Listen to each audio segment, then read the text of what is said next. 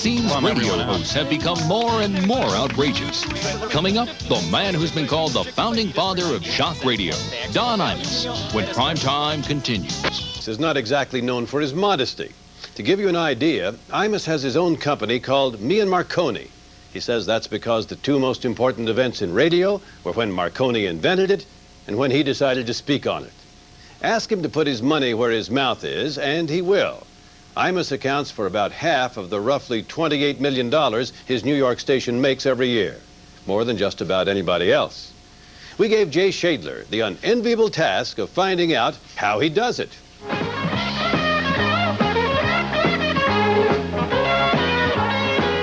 And everybody I tell we're doing this says, well, who's doing the interview, Sam or Diane? I said, well, no, it's not going to be Sam or Diane. No. It's going to be Jay Shadler. Imus in the morning. That's pretty much the way things have gone ever since I was given this thankless job of profiling the slightly twisted world of Don Imus, New York City's frothing mouth of the morning. And he's living another moron! I say every method. During a 25-year career, Imus has personally crashed or professionally burned dozens of times, only to fly again to the top of the toughest radio market in the country, where he reportedly makes $1.5 million a year. And I'm a millionaire. For 4.5 hours every day, this gum-chewing, mineral water swigging, current events junkie holds court. On the phone with us now from... Are you in Washington, D.C.? Yes, I am, Imus. How you doing this morning? I'm fine. Senator Bill Bradley, good morning. At the crack of dawn, he's likely to be talking politics with a U.S. senator. Well, we certainly haven't talked since events happened in the Soviet Union, that's for sure. No, we haven't. So can you explain to me, I mean, I understand about they apparently rejecting this autocratic form of government. A half hour later, he's talking trash with a local porn queen. The bird's the word. I'm in. Robin Bird, how are you? How are you? You're looking fine. So are you, baby. Truth be told, this guy's as intelligent as he is irascible. He just prefers being irascible. He's a gutless worm. No doubt about it. Along with his team of regulars, newsman Charles McCord and Imus's producer and engineer who chime in from the gallery, this guy loves playing philosopher king of the locker room. Just ask his traffic reporter. Here's Eileen Marchese now. Good morning, Eileen. Good morning. Eastbound Cross Bronx, all lanes closed, so anticipate extensive delays at the George Washington Bridges, the Holland or Lincoln Tunnel. Sweater. I am coming. I'm going to strike you. No, but I mean, with it looks like object. it No, looks I like. do not have padding, and it's. How sexist in that? What a pig, huh? Inbound George Washington I really Bridge. apologize. Really, I mean, I don't. I really accept it too. We'll strike a blow for feminism here and against the locker room. How do you react to that? I say you're a disgusting male chauvinist pig. You wouldn't consider yourself a chauvinist pig, would you? No. I don't mean to belabor this, but all the sexual innuendo jokes. Well, that's fine. I mean, they're harmless. It's just high sophomoric, juvenile, silly stuff. Can you see that continuum that someone would say, look, you start down here with the locker room jokes and you end up with something more serious? Well, there's a lot of elements in this show. It goes a bunch of different places, so that's part of it. I thought like a woman's breasts, I thought they were identical, but they're not. No, Larry Tisch is a murderer. Like, for example, I have 3 testicles. Is there any topic that's off limits with you? No, other than the obvious ones, you know. What would be an obvious example? Well, rape is not really very funny. So, child molestation is not a lot of yucks there. Mass murder doesn't seem to be very funny, but you got a lot of jokes out of Jeff Dahmer. Well, you know what we'd like to do? We'd like to send you to Milwaukee to do your next story.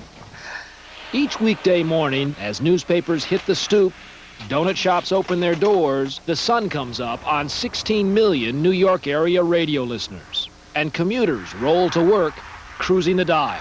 It's drive time, financially the most important part of the day for any radio station. With more than 100 stations to choose from, Imus's show ranks 3rd with nearly 1 million listeners. Imus in the morning. Mercedes-Benz Manhattan. But they are the richest listeners in town.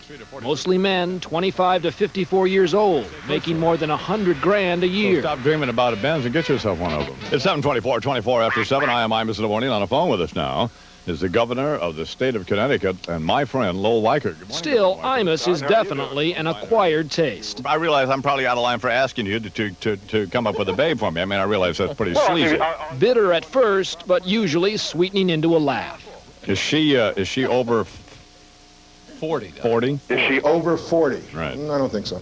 For anyone in his crosshairs, especially public figures, the key is not to try dodging an Imus bullet, but take the hit head on. Connecticut Governor Lowell Weicker loves the game. He's been playing matchmaker for Imus for months now. Well, she's not too young. I mean, I'm not up to holding... No, she's not too young. No, she's okay. I'm not up to holding somebody on my shoulders for 3 hours at a Bon Jovi concert, you know. Listen, if Governor Weicker is an example of how to play Imus, consider how not to. On the phone with us now, hopefully, is Donald Trump. Good morning, Donald. Hello, Don. How you doing? Listen, with all of your friends, you're choosing me. I'm honored, but why? I'll tell you, and you want to know why?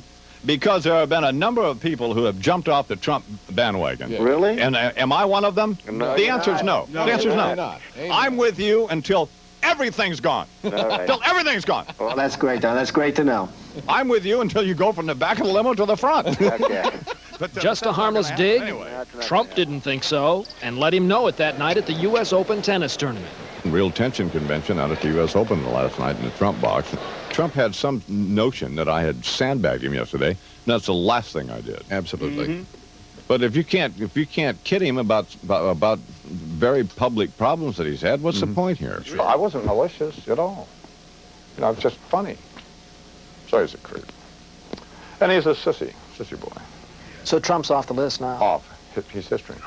Imus let the Trump affair simmer through the weekend, bringing it to a full boil in the pre-dawn hours 2,000 miles away in El Paso, Texas. That's where Imus's brother Fred owns a classic car restoration shop. Fred's a regular on Imus in the morning and eagerly joined in on the Trump bashing. So anyway, now, Fred, now that I hate Trump, everybody in New York hates Trump. That's it. And one person in El Paso. and by tomorrow morning, maybe hundreds. And by the end of the week, thousands. Yeah. So who are you going to be kissing up to now? What new billionaire, influential, powerful person you're going to be, you know, sucking up to? Surely you can find someone else. Of course he can.